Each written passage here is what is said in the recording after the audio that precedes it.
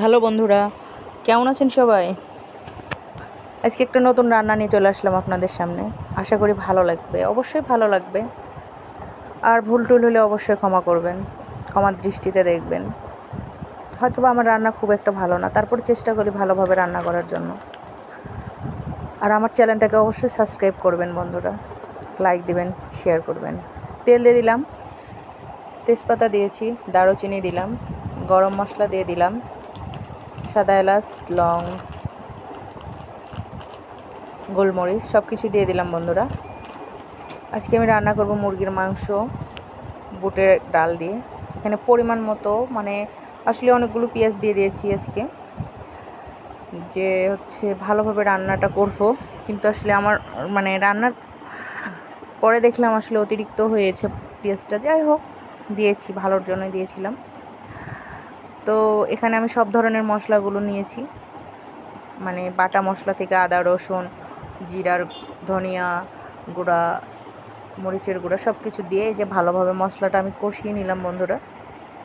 এখন এখানে আমি দিব বুটের ডাল। আমি বুটের ডাল সিদ্ধ করে দেবো না বন্ধুরা, আমি মশলার সঙ্গে সামান্য পরিমাণের বুটের ডাল দিলাম। এটা আমি ভালোভাবে কষাবো। মুরগির মাংস বুটের ডাল কষাইতে কষাইতে যেটা সিদ্ধ হবে এটাই ভালো লাগে খেতে।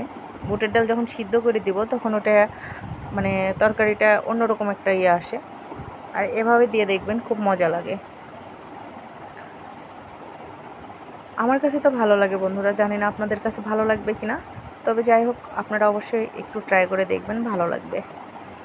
আর এই যে মুরগির মাংসগুলো দিয়ে দিলাম, বেশি না, সামান্য 2-4 পিস দেশি ছোট আলু দিয়েছি, ছেলে মেয়ে পছন্দ করে এই জন্য।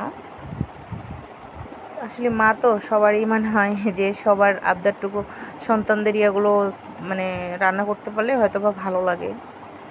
যদিও বা মনে হয় এরকম করে রান্না করে খায়, তারপরে মনে হয় সন্তানেরা যেটা খায় সেটাই ভালো লাগে। আমি কষানোর পরে এই যে পানিটা দিয়ে দিয়েছি, এখন এটা ফুটানো পর্যন্ত ভালোভাবে ফুটাবো। তারপর আমার তরকারিটা হয়ে এসেছে বন্ধুরা, দেখেন সুন্দরভাবে। বেশি ঝোল রাখবো না, আমি আসলে ঝোল রাখিনি। আর এখানে দিয়ে দিলাম মশলা, যেটা গুঁড়া মশলা ছিল আমার, জিরা, গরম মশলার গুঁড়া দিয়ে এই যে তরকারিটা আমি এখন নেমে নেব বন্ধুরা। এই হলো আমার তরকারির ফাইনাল লুক। অবশ্যই কমেন্টে জানাবেন কেমন লাগলো। আল্লাহ হাফেজ। সাবস্ক্রাইব